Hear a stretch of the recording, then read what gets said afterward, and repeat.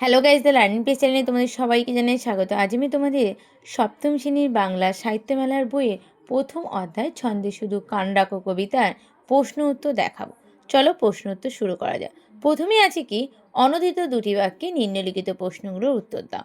এই প্রশ্নগুলো আমি একেবারে দেখাবো, প্রশ্ন উত্তর সবই তোমাদের বলে দেবো। দেখো কি আছে। বলছে, মন্দ কথায় কান দিও না, মন্দ কথার প্রতি কবির কিরূপ মনোভাব কবিতায় ব্যক্ত হয়েছে। কি বলেছে? বলছে, মন্দ কথায় কান দিলে জীবনের অপরূপ ছন্দকে শোনা ও বোঝা সম্ভব হয় না। এই জন্যই মন্দ কথার প্রতি কবি বিরূপ মনোভাব ব্যক্ত করেছেন। পরের প্রশ্ন কি, কেউ লেখেনি আর কোথাও, কোন লেখার কথা এখানে বলা হয়েছে? নদীর স্রোতে ছন্দে যে ছড়া তৈরি হয় তা শুনলে বা অনুভব করলে বোঝা যায়। এমন ছড়া কেউ কোথাও কখনো লেখেনি। 3, চিনবে তারা ভুবনটাকে। কারা কিভাবে ভুবনটাকে চিনবে? পৃথিবীর সব কিছুর মধ্যে থাকা ছন্দ যারা কান পেতে আর মন দিয়ে শুনতে পারবে, তারাই এই ছন্দের সাহায্যে জগৎ ও জীবনে সব কিছুকে বুঝতে এবং অনুভব করতে পারবে। এভাবেই তারা ভুবনটাকে চিনতে পারবে। 4 দাগে, পদ্য লেখা সহজ নয়। পদ্য লেখা কখন সহজ হবে বলে কবির মনে করেন? মন্দ কথায় কান্না দিয়ে এবং ঝগড়া বিবাদ ভুলে কান পাতলে আর মন দিয়ে শুনলে বোঝা যাবে আমাদের চারপাশের কোনো কিছুই ছন্দহীন নয়, ছন্দ সুরের সংকেতে। এভাবেই জগৎটাকে চিনে নিলে আমাদের জীবন পদ্যময় হয়ে উঠবে। ঠিক তখনই পদ্য লেখা সহজ হবে বলে কবি মনে করেন। 5, ছন্দ শোনা যায় না কখন কবির ভাবনা আর ছন্দ শোনা যায় না? আমাদের মন যদি মন্দ কথার দিকেই সবসময় চলে যায়, তাহলে তা কেবল দ্বন্দ্ব অর্থাৎ বিবাদের মধ্যেই আটকে থাকবে। ফলে জীবনের যা কিছু ভালো ও সুন্দর, সেই ছন্দ ও সুর তখন আমাদের কানে আসবে না। পরেরটা কি বলেছে? বলেছে, বিশেষ্যগুলিকে বিশেষণে এবং বিশেষণগুলিকে বিশেষে পরিণত করো এবং বাক্য রচনা করো। কি বলেছে? ঝড়, মন, ছন্দ, সুর, দিন, সুর, সংকেত, দ্বন্দ্ব, মন্দ, ছন্দহীন, পদ্যময় সব, এগুলোকে বিশেষ্যগুলোকে বিশেষণ করতে হবে, তারপর বাক্য রচনা করতে বলেছে। আবার বিশেষণকে বিশেষ্য করে বাক্য রচনা করতে। চলো দেখা যাক। দেখো এখানে বলেছে কি, ঝড়। ঝড় থেকে বিশেষণ করেছে ঝোড়ো, বাক্য রচনা করেছে গতকাল রাত থেকে ঝোড়ো হাওয়া বইছে। মন, মন হচ্ছে বিশেষ্য, বিশেষণ করেছে মানসিক, বাক্য রচনা করেছে পরীক্ষার ফল আশাজনক না হওয়ায় পামেলা মানসিকভাবে ভেঙে পড়েছেন। ছন্দ, ছন্দ হচ্ছে বিশেষ্য, ছন্দস বিশেষণ। প্রাচীন ভারতীয় কাব্যে ছন্দস প্রয়োগ দেখা যায়। তারপর দিন, দিন হচ্ছে বিশেষ্য, বিশেষণ হচ্ছে দৈনিক। আমাদের গ্রামের স্কুলটিতে শিশুদের জন্য দৈনিক খাবারের ব্যবস্থা করা হয়েছে।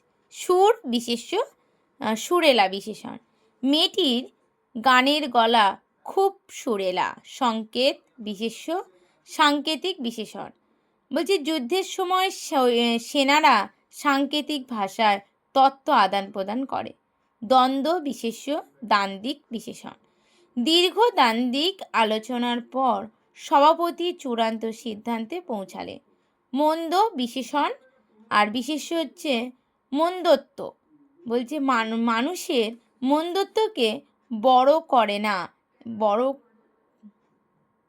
বড় করে না দেখে তার ভালোত্বকে গুরুত্ব দেওয়া উচিত। ছন্দহীন বিশেষণ, ছন্দহীনতা বিশেষ্য। ছন্দহীনতার জন্য রমেনের লেখাটি কবিতা হয়ে উঠতে পারেনি। পদ্যময় বিশেষণ, পদ্যময়তা বিশেষ্য। কবি সত্যেন্দ্রনাথ দত্তের লেখা এ এক অপরূপ পদ্যময়তা চোখে পড়ে। সহজ বিশেষণ, সহজতা বিশেষ্য। কমলের কথাবার্তা এবং ব্যবহারের মধ্যে এমন এক সহজতা আছে যা সকলের মন টানে। নিচের শব্দগুলো আলাদা আলাদা অর্থে ব্যবহার করে দুটি করে বাক্য লেখো। মন্দ, দ্বন্দ্ব, তাল, ডাক, বাজে, ছড়া, মজা, নয়, এগুলোকে আলাদা আলাদা করে বাক্য লিখে তার বাক্য রচনা করতে বলেছে। বলছে মন্দর অর্থ কি? কু, অসৎ, দুষ্টু। অর্থ: মন্দ লোকের সঙ্গে মেশা উচিত নয়।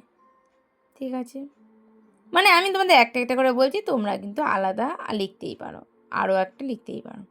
তো হচ্ছে কি দ্বন্দ্ব। দ্বন্দ্ব কি? ঝগড়া, বিবাদ। বলছে হিংসার উন্মুক্ত পৃথ্বী নিত্য নিঠুর দ্বন্দ্ব। তাল, গাছ বা ফল বিশেষ অর্থে। বলছে তাল গাছে ওঠা সহজ নয়।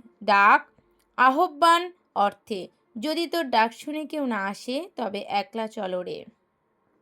বাজে, ধ্বনিত্ব অর্থে ব্যবহার করা হয়। পুজোর সময় মণ্ডপে মণ্ডপে ঢাক বাজে। ছড়া, শিশু ভোলানো অর্থে, শিশু ভোলানোর কবিতা হচ্ছে ছড়া বলা হয়। আগের দিন মা ঠাকুমারা বাচ্চাদের ছড়া শুনিয়ে ঘুম পাড়াতে। মজা, বলছে বুঝে যাওয়া অর্থে, মজা দিঘিটাতে জল নেই। নয়, সংজ্ঞা অর্থে ব্যবহার করা। সবাই তো জানে 9 2 18 হয়। নিচের শব্দগুলো কোন মূল শব্দ থেকে লেখা হয়েছে? জোছনা কোথা থেকে এসেছে? জোছনার মূল শব্দ হচ্ছে জ্যোৎস্না। চাকা হচ্ছে চক্র। কান, কর্ণ। দুপুর, দ্বিপ্রহর। ঝিঝি, ঝিল্লি, এই শব্দ থেকে এসেছে। 5 থেকে বলছে কবিতার ভাষা থেকে মৌলিক ভাষায় রূপান্তরিত করো। ছন্দ আছে ঝড় বাদলে। বলছে ঝড় বাদলে ছন্দ আছে, মানে গুছিয়ে লিখতে বলেছে। ছন্দে বাঁধা রাত্রি দিন ছন্দে বাঁধা রয়েছে। কিছুই নয় ছন্দহীন, কিছুই ছন্দহীন নয়। চিনবে তারা ভুবনটাকে ছন্দ সুরে সংকেতে। তারা ভুবনটাকে ছন্দ সুরে সংকেতে চিনবে। কান্না দিলে ছন্দে যেন পদ্য লেখা সহজ নয়। যেন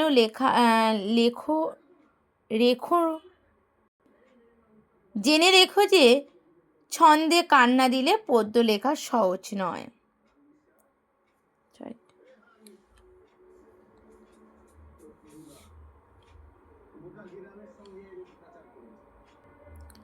কান শব্দটিকে 5টি বিশেষ্য অর্থে ব্যবহার করে বাক্য লেখো। কানকে 5টি শব্দ, একটা হচ্ছে কি? শ্রবণেন্দ্রিয়, আমরা কান দিয়ে শুনে থাকি। অপমানিত হওয়া, ছেলের দুষ্কর্মে বাবা কান কাটা গেল। বিরূপ মনোভাব তৈরি করা, দোকানের কর্মচারী তার এক সহকর্মীর বিরুদ্ধে মালিকের কান ভাঙাচ্ছে। শাস্তি দেওয়া, পড়া না পারার রিঙ্কুকে স্যারের কাছে কানমোলা খেতে হয়। মনোযোগ দেওয়া, সব কথায় মন দিতে নেই। ঝড় বাদল এমন সমার্থক বা প্রায় সমার্থক শব্দ দিয়ে তৈরি 5টা শব্দ লেখো। কি কি আছে? চিঠিপত্র, চালচলন, শিশি বোতল, দিন দরিদ্র, আর হচ্ছে জামা কাপড়। তোমার পরিচিত আর কোন কোন যানবাহন চলার মধ্যে নির্দিষ্ট ছন্দ রয়েছে? পালকি, গরুর গাড়ি, ঘোড়ার গাড়ি। নানা প্রাকৃতিক ঘটনা কিভাবে প্রকৃতির ছন্দ ধরা পড়ে? বলছে কান পেতে শোনা যাবে এমন, আর মন পেতে শোনা যাবে এমন। তাহলে কান পেতে শোনা যাবে কি কি? না মেঘের ডাক, পাখির ডাক, রৌদ্রের ছন্দ, নদীর স্রোতের ছন্দ। কি বলেছে এবার তারপরে? সমার্থক শব্দ, জল, দিন, রাত, নদী, ভুবন। জলের সমার্থক শব্দ কি? নীর আর শশীল। দিন হচ্ছে দিবা, দিবস। রাত্রি, রজনী, নিশা। দিন, নদী, তটনী, স্রোত, শ্রীবণী।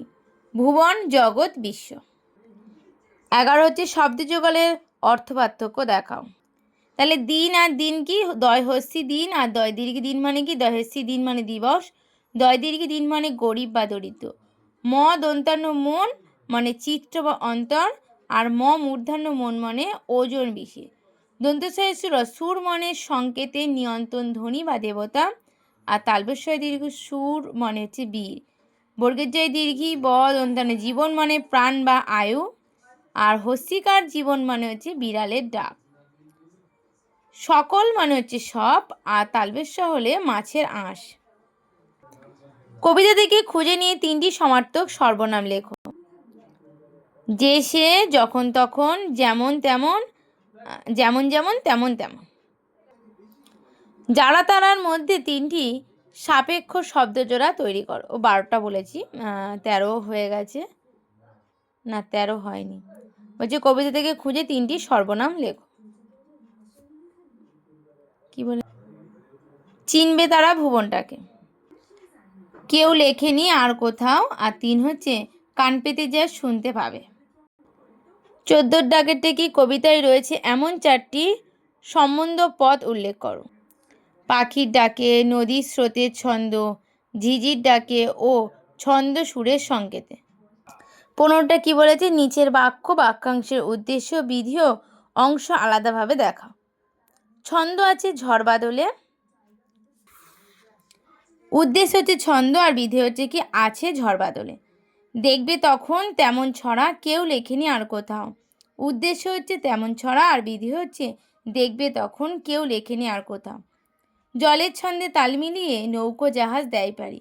নৌকো জাহাজ হচ্ছে উদ্দেশ্য, আর বিধি হচ্ছে জলের ছন্দে তাল মিলিয়ে পাড়ি দেয়। চিনবে তারা ভুবনটাকে, ছন্দ সুরের সংকেত।